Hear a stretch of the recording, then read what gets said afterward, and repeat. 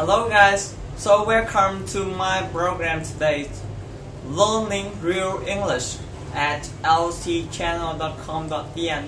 So this is the first time I make this video like this, and absolutely it comes from my passion to improve your English skill in the future. So to when you want to communicate with foreigners, right? And so the first thing I want to ask you is, how often do you speak or do you communicate with foreigners? Sometimes, usually, seldom, or always. So why I ask this question? Because when you always speak to native speaker or foreigners like this, and so at that time I will learn from you and you teach from me. So you no need to watch the videos, and if you just sometimes speak with foreigner, so I'll show you some tips to communicate well with foreigners. Yeah. So move to the main content today: how to begin and continuous with foreigners.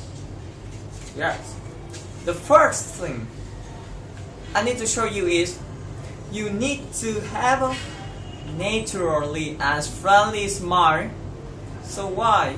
Because if you have a good smile, you can break the fence of language and the culture between you and foreigner. The fence is so important, and if you don't break the fence, so maybe you can't make the conversation, right? And another is, when you have a good smile to them, and you will receive a smile too. That's so important, and that's the good thing you need to do first. And the second is, you need to be polite. So why you be polite? What does it mean?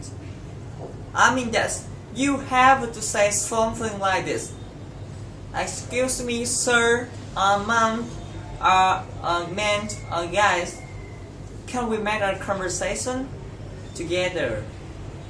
Or, hello, can I speak with you a little time? So when you say like this, they appreciate you, and about 90% they will reply with the word sure, absolutely. So why not? Welcome. Okay, that's a good signal for you to come to make a conversation to them. Okay, and the third thing is, some come to the common question you need to ask. Okay, so there is, how can I call your name? Maybe you want to ask their name, but you just use the word what's your name, please? So that's normal. And when you use this sentence is, how can I call your name, or may I have your name, please? So that's so very impolite, very polite for them, right? Or can I guess your country? So you make them feel comfortable, and maybe a mini game in this conversation between you and foreigners, right? And where you come from, that's some sentence. Okay, that's some common sentence you can use it. And that two things look like simple for you, but you can use it. I mean that you can based on this information to have the next question. I give an example for you is, if they say that I'm come from USA or America, so about this information you can have a next question like this. Okay, so I heard America is a diversified country, right? So can you tell me a little bit about the culture in America? Or I heard that America is the biggest economy in the world. So can you show me some information about this news, right? That's so good information for you to based on to have the next question. And the fourth is, you should ask them, where you come from Vietnam? So for what? You come to Vietnam for work or to travel? So you ask this question. If you get an answer like this, I work here, and that's the good chance for you. Because when they work in Vietnam, you have the chance to communicate with them the next time. If you have an impressive thing with them.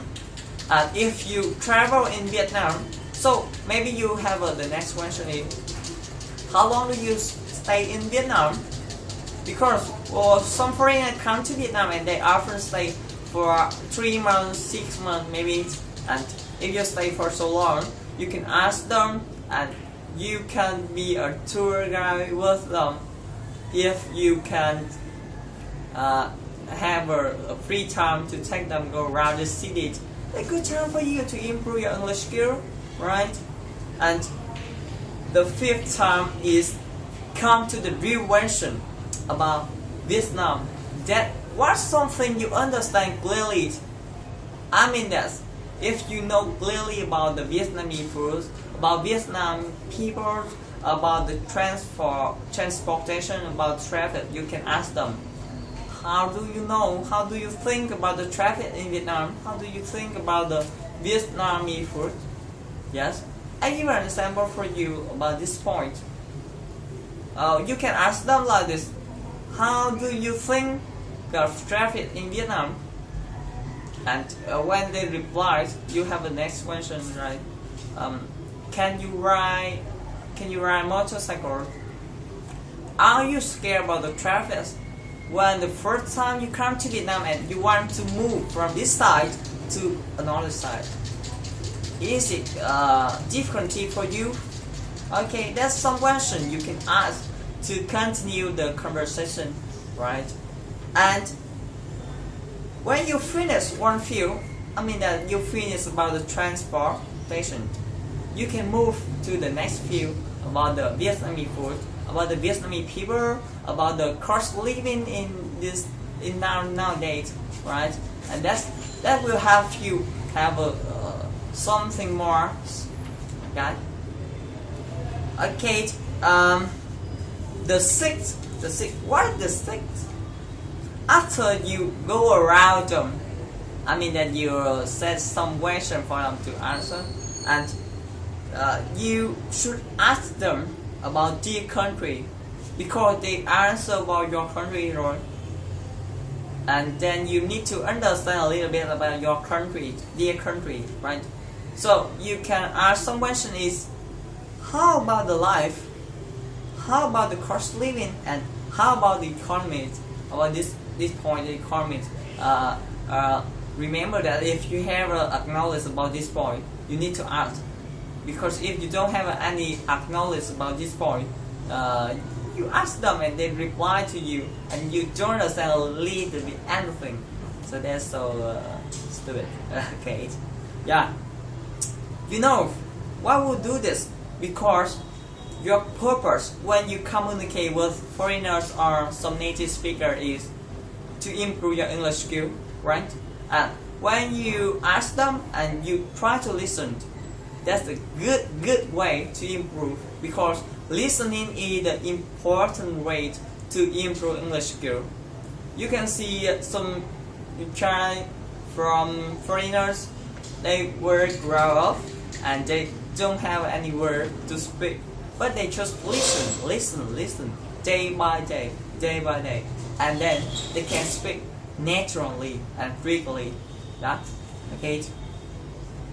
And when they completely talk about this, you can talk about your story. So how about the story of yours? You may talk about the dreams. You may talk about some favorite thing, sport, idols, so on.